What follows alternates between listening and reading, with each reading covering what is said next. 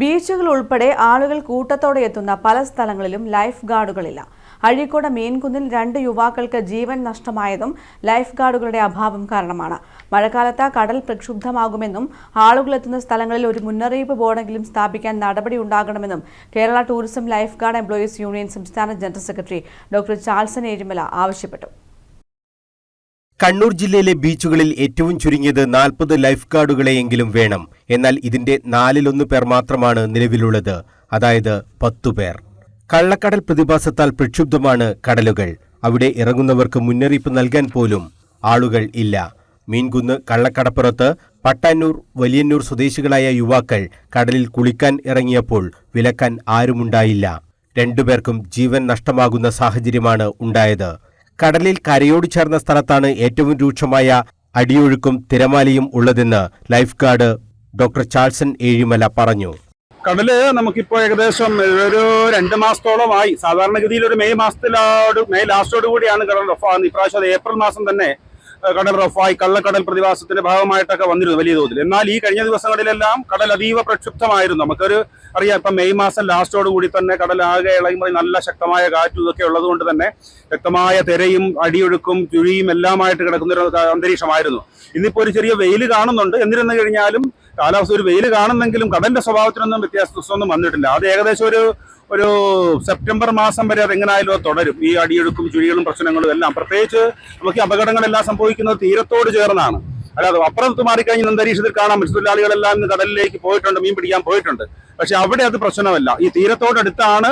തീരത്തോട് ഏകദേശം നമ്മുടെ തീരവും കടലുമായിട്ടൊരു 150-200 മീറ്റർ ഗ്യാപ്പിലാണ് ഈ ഒഴുക്കും ചുഴിയും തിരമാലകളും എല്ലാം ശക്തമായിട്ടുള്ളത്. അപ്പൊ അതുകൊണ്ട് തന്നെ ഒരു കാരണവശാലും ഈ ഒരു സന്ദർഭത്തിൽ അറിയുന്നവരാരും ഇറങ്ങത്തില്ല. പക്ഷെ പറഞ്ഞിട്ട് കാര്യമില്ല. ഓരോരുത്തരുടെയും അറിവിന്റെ പരിമിതി വെച്ചുകൊണ്ട് അറിയാതെ ഇറങ്ങി പോകുമ്പോൾ അപകടങ്ങൾ സംഭവിക്കാനുള്ള സാധ്യത 100% ഉണ്ട് എന്നുള്ളതാണ് പറയാനുള്ളത്. ആവശ്യത്തിന് ലൈഫ് ഗാർഡുമാർ ഇല്ലാത്തത് വലിയ പ്രതിസന്ധിയാണ് സൃഷ്ടിക്കുന്നതെന്ന് Kerala tourism life guard employees union സംസ്ഥാന ജനറൽ സെക്രട്ടറി കൂടിയായ ഡോക്ടർ ചാൾസൺ ഏഴിമല പറഞ്ഞു. നമുക്കിപ്പോൾ നോക്കുമ്പോൾ നമുക്ക് ജില്ലയിലെല്ലാം ലൈഫ് ഗാർഡുകൾ ഉണ്ട് എന്നുള്ള ഒരു തോന്നലാണ് ആളുകൾക്കുള്ളത്. പക്ഷെ അതിന്റെ പരിമിതി എന്ന് പറയുന്നത് നമുക്കിപ്പോൾ ധർമ്മടം ബീച്ചിൽ പറഞ്ഞു കഴിഞ്ഞാൽ 2 ലൈഫ് ഗാർഡുകളാണ് ആകെയുള്ളത്. ഒരു ഷിപ്പിൽ ഒരാളെ ഉണ്ടാവൂ. ആ ധർമ്മടം തുരുത്തുമതിൽ ഇപ്പുറത്തേക്ക് പറയുമ്പോൾ ലൈഫ് ഗാർഡ് ഉണ്ടെന്നുള്ള ഒരു തോന്നൽ വരികയും എന്നാൽ ആവശ്യമായ സുരക്ഷ അതുകൊണ്ട് പ്രതീക്ഷിക്കുകയും വേണ്ട. എനിക്ക് തോന്നുന്നത് ഒരു 95% പോലും പ്രതീക്ഷിക്കാൻ പറ്റില്ല അപകടത്തിൽ പെട്ട് കഴിഞ്ഞാൽ.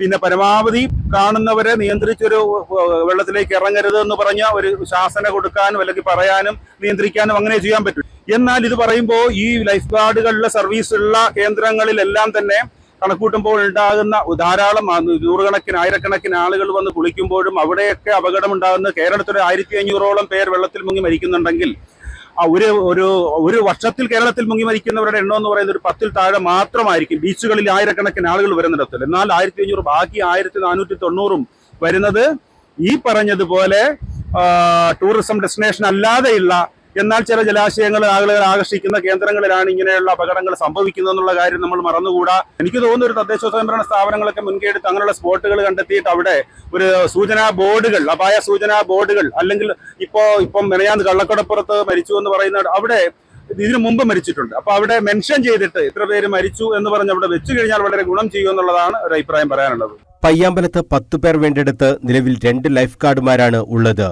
മുഴപ്പിലങ്ങാട് 4.5 കിലോമീറ്ററിലധികം വരുന്ന ഡ്രൈവിൻ ബീച്ച് നോക്കാൻ 2 പേരാണുള്ളത്. ഇവിടെയും മിനിമം 10ലധികം പേർ വേണം. നിരവധി സഞ്ചാരികൾ എത്തുന്ന എട്ടിക്കുളത്ത് ഒറ്റ ലൈഫ് ഗാർഡ് പോലും ഇല്ല. ചാൽ ബീച്ചിൽ DTPC 4 ഗാർഡുമാരെ നിയമിച്ചത് ആശ്വാസം. ലൈഫ് ഗാർഡുകൾക്ക് മതിയായ സുരക്ഷാ ഉപകരണങ്ങളും ലഭിക്കുന്നില്ല. ആരെങ്കിലും തിരയിൽപ്പെട്ടാൽ ജീവൻ പണയം വെച്ചാണ് ലൈഫ് ഗാർഡുമാർ രക്ഷാപ്രവർത്തനം നടത്തുന്നത്. ആഭ്യന്തര ടൂറിസം പദ്ധതികൾ വിപുലീകരിക്കുമ്പോൾ തീരദേശങ്ങളിലെ സുരക്ഷയ്ക്ക് പ്രത്യേക പരിഗണന സർക്കാർ നൽകണം. അല്ലെങ്കിൽ മീൻകുന്ന് പോലുള്ള ദുരന്തങ്ങൾ ആവർത്തിക്കപ്പെടുന്ന സാഹചര്യങ്ങൾ ഉണ്ടാകും. News bureau, Kannur.